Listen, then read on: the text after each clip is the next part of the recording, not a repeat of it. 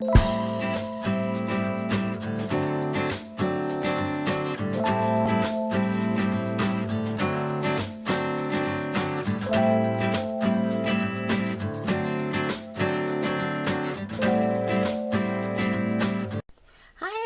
Heather with Ideas to Come, and I'm just wanting to share something with you. I had come across this tool called the Slice. This is it, a precision cutter, and it looked very interesting to me, and of course I love tools. Had to try it, so I got one. It's called the Slice, and I will put the website down below. They sell, I wanted to try this one too. This is pretty cool, but I purchased this one here, the precision cutter with micro ceramic blade, and I also bought one of these pen cutters also. And they have scissors, they have tweezers, they have all kinds of stuff. I love these scissors too. I'm almost thinking about getting some of those. Those would be good for fussy cutting.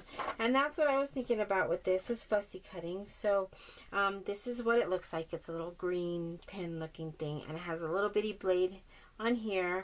I do have, where is it? I do have my, I've cut myself with this before, with these. I've actually sliced my hand with this when I was younger.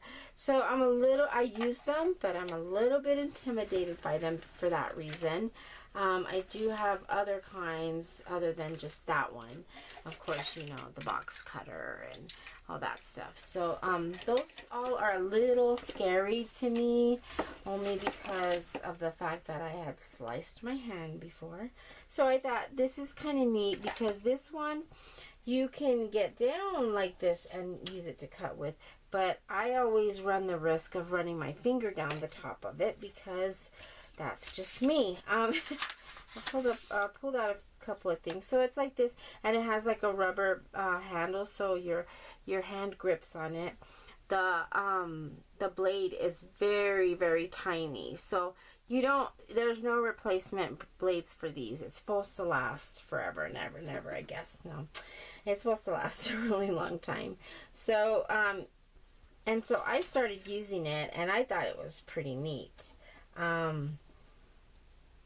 Especially to get into those tiny, tiny, tiny, tiny little places, like around images. It's really good for that. So let me, of course, zoom in a little closer. I'll move my glasses out of the way so I can put this up better.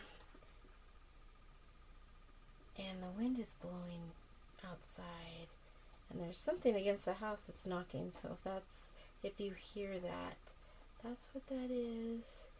Around her little ear.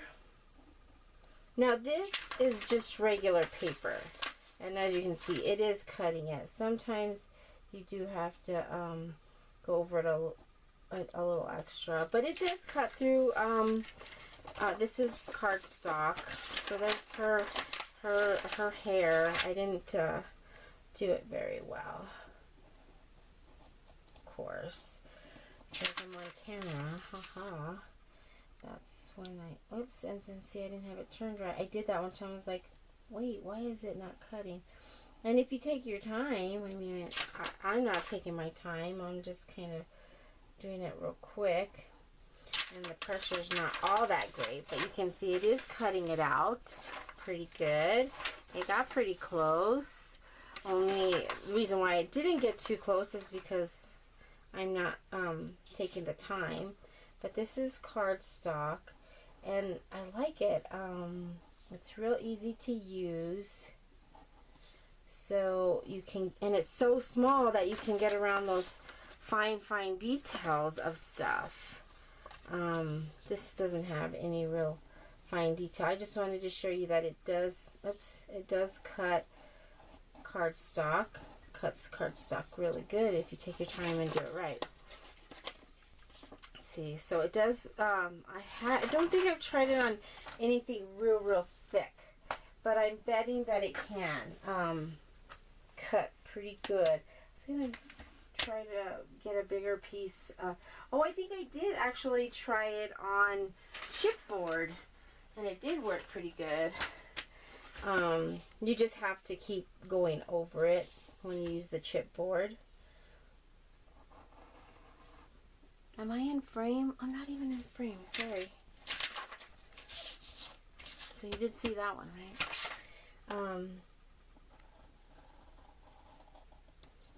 don't know if you can see that, but it is cutting it. And like I said, if you're trying to make precision cuts, even with this chipboard, I'm sure if you take your time and follow your lines where you're cutting it at,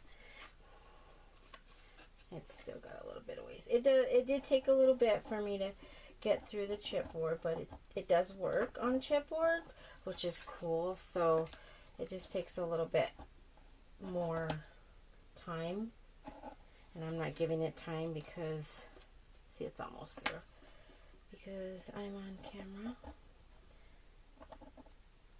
But also this one, it has a little bit of a bigger blade, and it's like a pen, and you have to use it that way. So you can't really cut yourself. Well, I don't think you might be able to cut yourself with this. It's ceramic blade. It's not a regular blade. And so you have to hold this down when you're cutting with it. You hold the little pin action thing when you cut with it. But you can still, as you can see, you can still make really precise cuts if you needed to. Now it's taking a little bit on this chipboard. I don't know, my fingers get tired holding that thing down, but I like it as well. So there you go, that's that. So this is the pin cutter, and it is like a pin. But I didn't know if I showed you that blade very good. It's hard to see. It's so super tiny. It's right there. And it's called the Precision Cutter. And they're very reasonable in price. I'm trying to remember what it was. I think $6. I can't remember. But I'll put how much down, either in a bubble or down below. But I just wanted to share that with you. I thought it was a very cool tool, and I hadn't seen it before. So they do very well. 10 times, it says up to 10 times longer lasting versus steel. So I thought that was cool. I thought that I'd share that with you real quick. Thanks for watching. Give me a thumbs up, please, and like this video. Talk to you soon. Bye for now.